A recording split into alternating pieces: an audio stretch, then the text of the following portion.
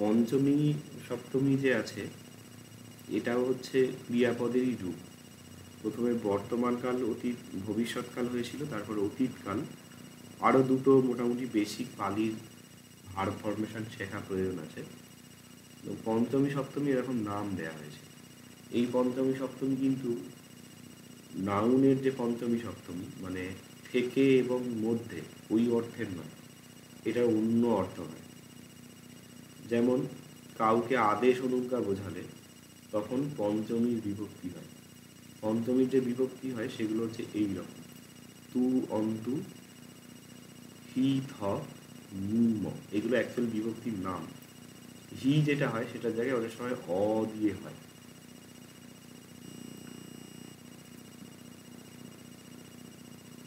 আচ্ছা, এখানে পচ ধাতু দিয়ে দেয়া হয়েছে।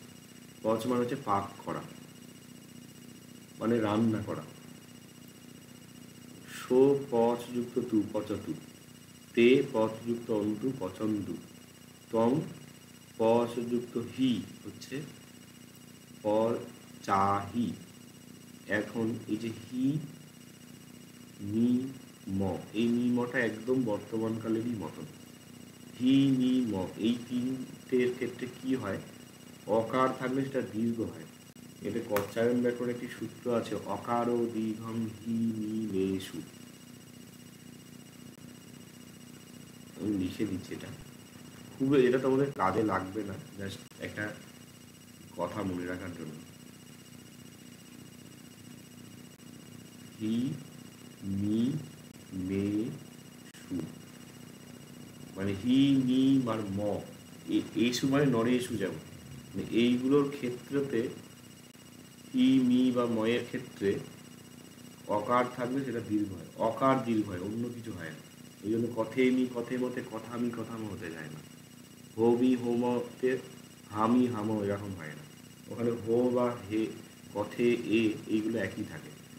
তো পচ থেকে হি হলে প চা হি হলে। আবার এখানে অদ্ভুতভাবে একটাই শুধু অ দিয়ে একটা ফরমেশন হয়, এটা এক্সেপশনাল, পচ। তারপরে তুম হে পচ থ, অহং পচামি ময়ং পচামি, এটা একেবারেই একই হচ্ছে বর্তমান কালের সাথে। সো পচত মানে সে পাক করুক, মানে এটা আদেশ বা অনুজ্ঞা বলে, ও রান্না করুক, তাহলে এরকম আমরা বলি। তে পচন্ত, তারা পাক করুক। তং পচ অথবা তং পচাহি, দুটোই হবে, মানে তুমি পাক করো, তুমি রান্না করো। তুম হে পচত, তোমরা পাক করো। অহং পচামি, আমি পাক করি।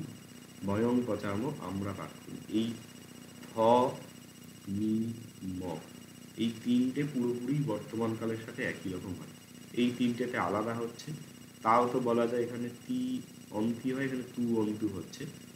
এইখানটাতে বলা চলে একটু নতুন কিছু জিনিস হচ্ছে, বাকি বর্তমানকালের সাথে একই রকম। এরপরে এখানে চর ধাতু দেওয়া হয়েছে। সো চরতু, সে বিচরণ করুক। তে চরন্তু, তারা বিচরণ করুক। তং চর বা চরাহি, তুমি বিচরণ করো। তুম হে চরথ, তোমরা বিচরণ করো। অহং চরামি, আমি বিচরণ করি। ময়ং চরাম, আমরা বিচরণ করি। এইরকম হচ্ছে। আচ্ছা, পঞ্চমী যে বিভক্তি আছে, এখানে কারোর কিছু জিজ্ঞাসা আছে?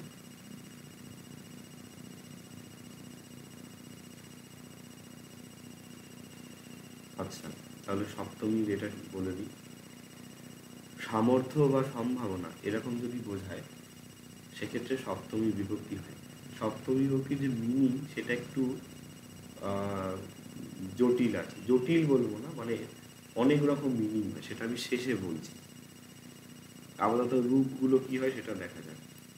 এখানে হচ্ছে এই এইয়ুম, এই আসি, এই আথ, এই আমি, এই আম, এরকম হয়। এই জায়গায় অনেক সময় এ হয়। তার আগে এইটা যে আছে জয় জগলা, এইটা নর্মালি বইগুলোতে অন্তঃস্থ জ লেখা থাকে, দিয়ে এখানে জফলা বসানো হয়। তো এইটাকে এর জয় এরকম উচ্চারণ করলে মুশকিল আছে। আমি এটা প্রথম দিকে লক্ষ্য করেছি, একদম প্রথম গেছে তার করের জ, লিখের জ এরকম উচ্চারণ করতো, আর বানানেও বর্গিজয় বর্গিজয় এরকম লিখে নিয়ে যেত। এই জন্য স্ট্রিক্টলি এই বিন্দু দিয়ে অন্তঃস্থ করে এখন করা হয়। এতে বানানের কোনো অসুবিধা নেই। এগুলোর উচ্চারণ কীরকম হবে, এটাকে সবসময় একটা এই উচ্চারণ করবে, দিয়ে তারপরের সিলেবাসটা এই এই ইউং এরকম হচ্ছে, এই আসি, এই আথ, এই আমি, এই আম, আরো স্পষ্ট বলি,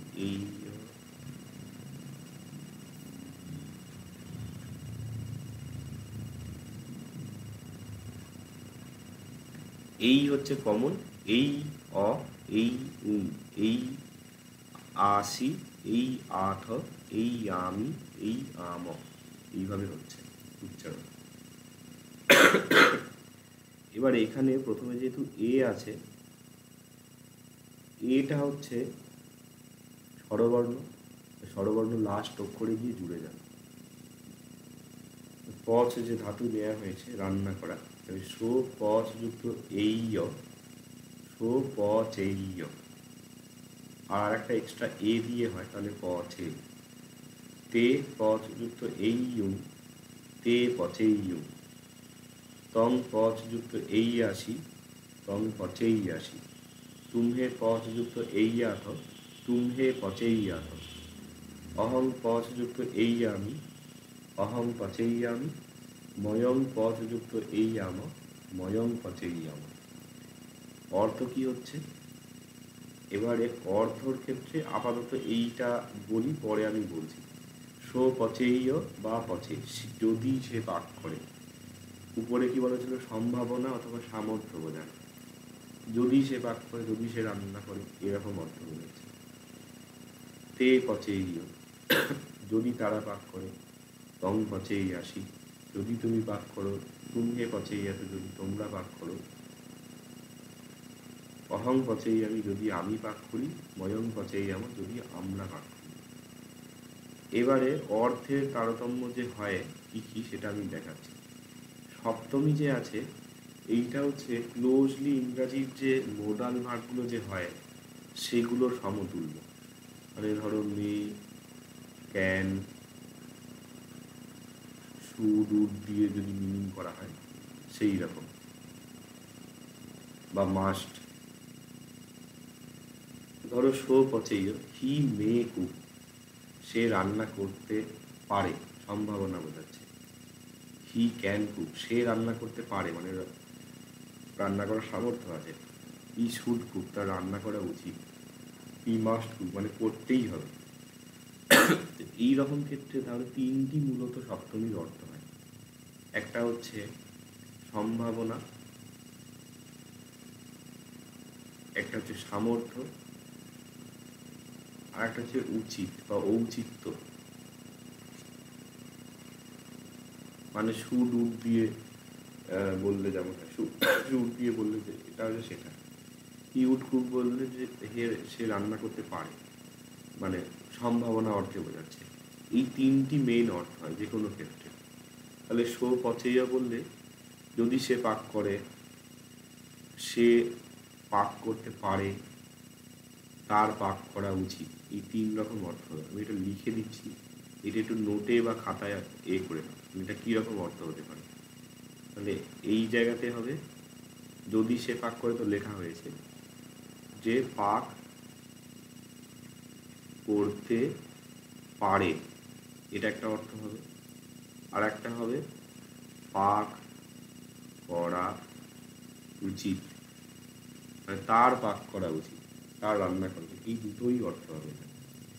বাকিগুলো কীরকম হবে, তে পচেই যদি তারা পাক করে, তারা পাক করতে পারে, তাদের পাক করা উচিত। তং পচেই আসি, যদি তুমি পাক করো, তুমি পাক করতে পারো, তোমরা তোমার পাক করা উচিত। তুমহে পচেই আসো, যদি তোমরা পাক করো, তোমরা পাক করতে পারো, তোমাদের পাক করা উচিত। অহং পচেই আমি, যদি আমি পাক করি,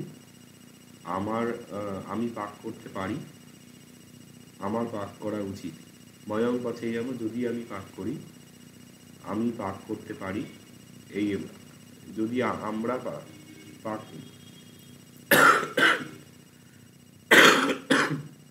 কোনটা বললাম লাস্ট? পচেয়ামই বললাম বোধ হয়, না পচেয়াম।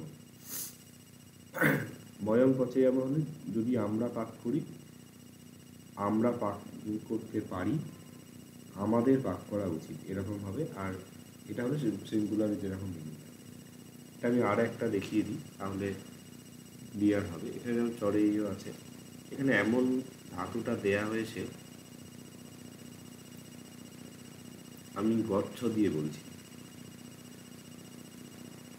সো গচ্ছেইয়, যদি সে যায়, সে যেতে পারে বা তার যাওয়া উচিত।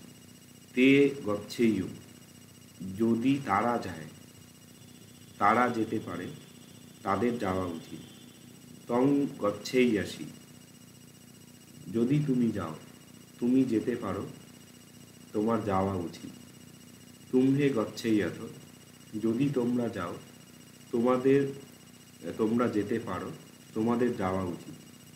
অহং গচ্ছেয়ামি, যদি আমি যাই, আমি যেতে পারি, আমার যাওয়া উচিত। ময়ং গচ্ছেয়াম, যদি আমি যাই, আমি যেতে পারি, যদি আমরা যাই, আমরা যেতে পারি, আমাদের যাওয়া উচিত। এই রকম অর্থ হবে। আপাতত 3 রকম অর্থের মধ্যে তোমরা এইটা দিয়ে তৈরি করো। পরবর্তীতে যখন টেক্সট রিডিং ইত্যাদি হবে, তখন তো পড়তে গেলে এমনি বুঝতে পারো যে কোনখানে কি অর্থ বোঝাচ্ছে।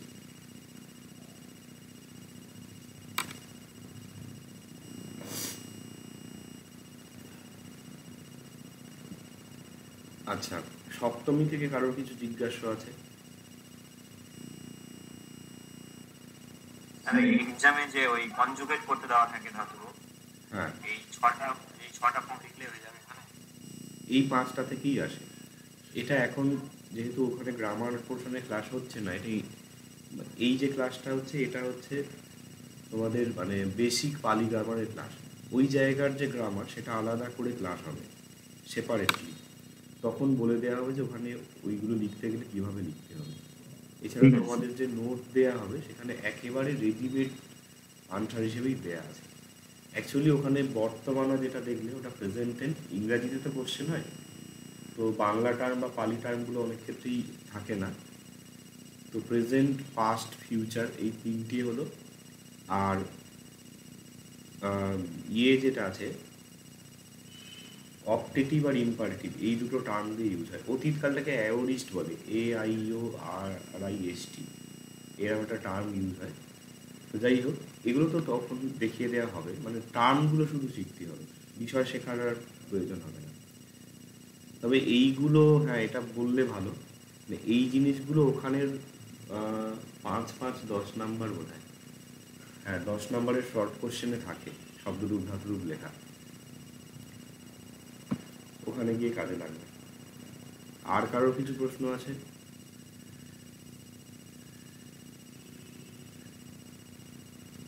আচ্ছা, তাহলে হোমওয়ার্কটা বলে দিই। হোমওয়ার্কে এখানে বলার খুব একটা কিছু নেই।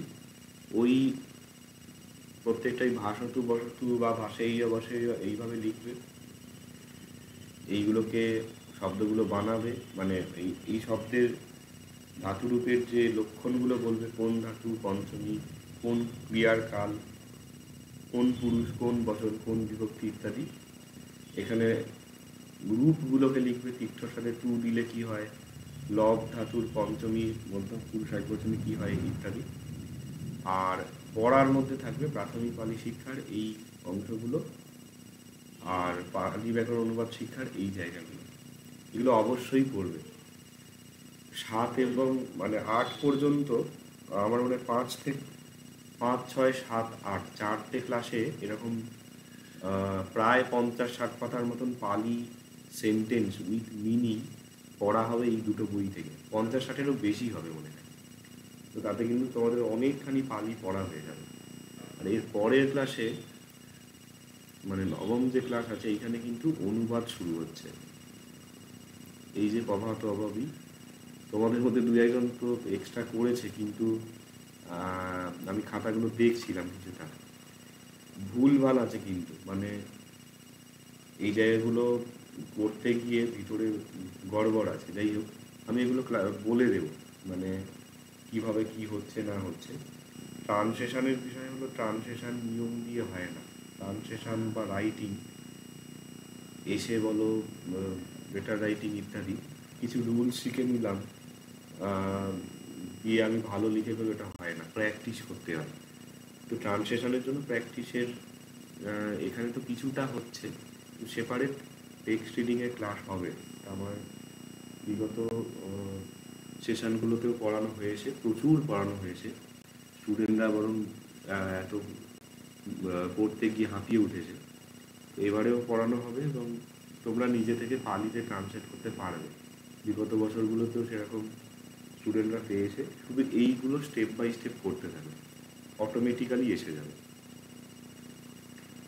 ট্রান্সলেশন কি তার কমন পাওয়া যায়? 18-এ কমন এসেছে, 19-এ কমন এসেছে, 20-তে আসেনি, 50-এ 50 কমন, 20-তে মনে হয় একটা আসেনি। যাই হোক, 21-এ 22-এ কমন এসেছে, 23-এর তা আমার খেয়াল হচ্ছে না কি হয়েছে। তবে রিসেন্ট ইয়ারগুলোতে মানে বিশেষত লকডাউনের পরে পড়াশোনার হারটা অনেক কমে গেছে, অনেক মানে অনেক। তখন যেরকম পড়া হতো, মানে প্রিভিয়াস ইয়ার তো বটেই, 99 সাল পর্যন্ত যা কিছু এসেছে 50 নাম্বার ট্রান্সলেশনগুলো, সেগুলো তো প্র্যাকটিস হয়েওছে। প্লাস মানে মজার বিষয়, গ্র্যাজুয়েশনের আমাদের ট্রান্সলেশন থাকতো, গ্র্যাজুয়েশন, MA, গ্র্যাজুয়েশনের পাশের কোশ্চেন, পালির মডেল কোশ্চেন, এইগুলো সব বের হয়েছে। মানে আমার যে গ্র্যাজুয়েশনের কোশ্চেনগুলো সেগুলো তখনকার মানে 18, 19, 20 এই ব্যাচের স্টুডেন্টরা ছিল, তারা সব ওগুলো জেরক্স করে নিয়ে গেছে, ওগুলো হয়েছে। এবং প্লাস আমি নিজে এক্সট্রা অনেক সিলেকশন, মানে কী বললাম, এটা করি,